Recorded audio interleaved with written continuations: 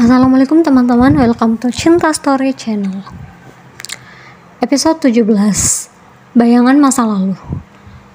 Buat teman-teman yang belum subscribe, dukung channel ini dengan cara tekan tombol like, subscribe, dan juga tekan tombol notifikasi loncengnya, biar kalian dapat updatean cerita selanjutnya dari Cinta Story. Jangan lupa share dan juga komentar di bawah ya. Masuk. Pinta wanita itu yang tak lain adalah Bu Lastri, ibunya Bara. Dinda masih terdiam dan bingung kenapa Bu Lastri bisa datang menghampirinya, seolah sudah tahu bahwa dia akan keluar dari rumah itu. Tapi kenapa Bu Lastri seakan peduli padanya, padahal dirinya bukan siapa-siapa? Apa karena dia tahu tentang masa lalu antara dirinya dan Bara? Apa Bu Lastri ingin menebus kesalahan putranya? Sementara Bara sendiri bahkan tak mengingat dirinya. Segala macam pertanyaan terbesit dalam benaknya. Dinda, tunggu apa lagi? Ayo masuk, pinta Bu Lastri lagi. Dinda pun tersadar dari lamunannya. Kemudian menuruti perkataan Bu Lastri. Karena memang dia sama sekali tidak tahu harus kemana dan tak punya uang, jadi tak ada pilihan lain lagi. Ini juga sebagai keberuntungan baginya.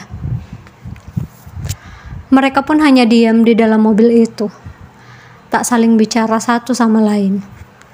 Walaupun dalam hati Dinda ingin sekali bertanya, hingga akhirnya mereka sampai di depan hotel. Mereka pun turun dari mobil tersebut dan berjalan memasuki gedung itu. Dinda hanya terus mengikuti Bu Lastri tanpa tahu maksud Bu Lastri membawanya ke sana. Bu Lastri terus berjalan dan membuka pintu sebuah kamar, kemudian masuk ke dalam sana. Maaf tante, kita mau apa di sini? Tanya Dinda agak gugup. Dia juga takut jika Bu Lastri tersinggung dengan pertanyaannya. Memangnya kamu tahu mau kemana? Punya tempat tinggal? Atau punya uang? Tanya Bu Lastri balik. Namun pertanyaan itu cukup sebagai jawaban dari pertanyaan Dinda. Kenapa Bu Lastri tahu tentang itu semua? Pikir Dinda. Namun di depan Bu Lastri dia hanya diam. Kamu tinggal di sini saja beberapa waktu. Tante tahu kamu tidak punya apa-apa, jadi tinggal saja di sini. Makanmu juga akan terjamin di sini. Bu Lastri memegang pundak Dinda yang membuat Dinda terharu karena Bu Lastri sebaik itu, bahkan bersikap seperti ibu kandungnya yang sudah meninggal. Tapi ini pasti mahal tante. Dinda gak enak merepotkan. Jangan pikirkan itu. Sudah, kamu istirahat saja. Kalau butuh apapun hubungi tante saja. Tapi tante, apa tante bisa kasih saya pekerjaan? Biar nanti saya ganti uang tante. Apaan sih kamu? Kamu itu calon menantuku.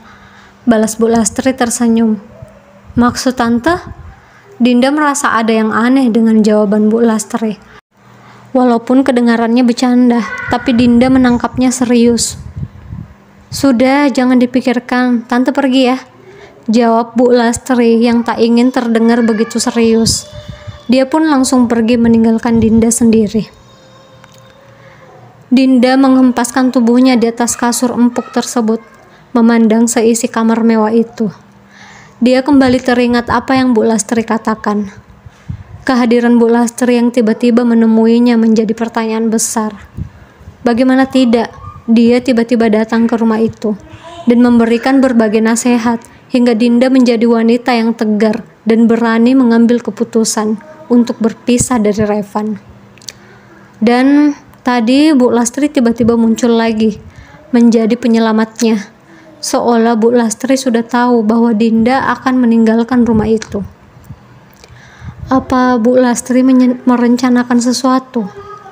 Tapi dia wanita yang baik. Tak ada tanda-tanda bahwa dia adalah orang yang jahat. "Di mana Dinda?" tanya Revan dengan mata tajam penuh emosi. "Maksud kamu apa? Duduk dulu, kita bicarakan baik-baik." Bara mencoba tetap tenang walaupun Revan yang tiba-tiba datang ke apartemennya langsung marah-marah menanyakan hal yang tidak jelas. "Nggak perlu. Aku tanya sekali lagi, Dinda di mana?" Revan sangat marah sambil mengepalkan tangannya menatap Bara tajam. "Bukannya Dinda sama kamu?" jawab Bara yang tak mengerti sama sekali. Revan tak bisa menahan emosinya lagi dan langsung menghampiri Bara, lalu memukulnya dengan sangat keras berkali-kali. Buk, buk. Bara tersungkur di atas sofanya sambil menahan sakit. Tapi dia pun tak ingin melawan, hingga Revan mulai merasa puas setelah melampiaskan kemarahannya. "Aku lihat sendiri Dinda masuk ke dalam mobilmu. Kamu ternyata pengkhianat. Di depanku seolah kau mau menyatukan aku dengan Dinda, tapi ternyata di belakang aku kau berkhianat. Kau sengaja membuat permainan ini kan? Oh, aku tahu sekarang. Kau pasti ingin merebut Dinda tapi tak ingin disalahkan. Iya kan?" Bara berusaha menahan sakit di wajahnya yang sudah memar dan berdarah. Tapi mendengar perkataan Revan yang tak masuk akal, dia berusaha ingin menjelaskan.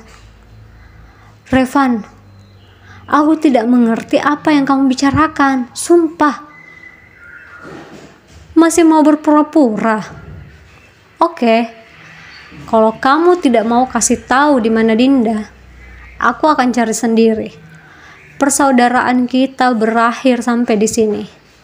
Aku tidak mau menganggapmu saudaraku lagi mulai detik ini." Revan langsung berbalik pergi. "Revan, tunggu!" teriak Bara. Namun Revan tak menghiraukan dan menutup pintu tersebut. Revan bangkit dan memperbaiki posisi duduknya sambil menyentuh sudut bibirnya hingga ke pipi yang masih terasa sakit. Sakit. Tenaga Revan kuat juga. Tapi kenapa dia menuduh aku yang membawa Dinda pergi? Itu artinya mereka tidak berbaikan. Apa jangan-jangan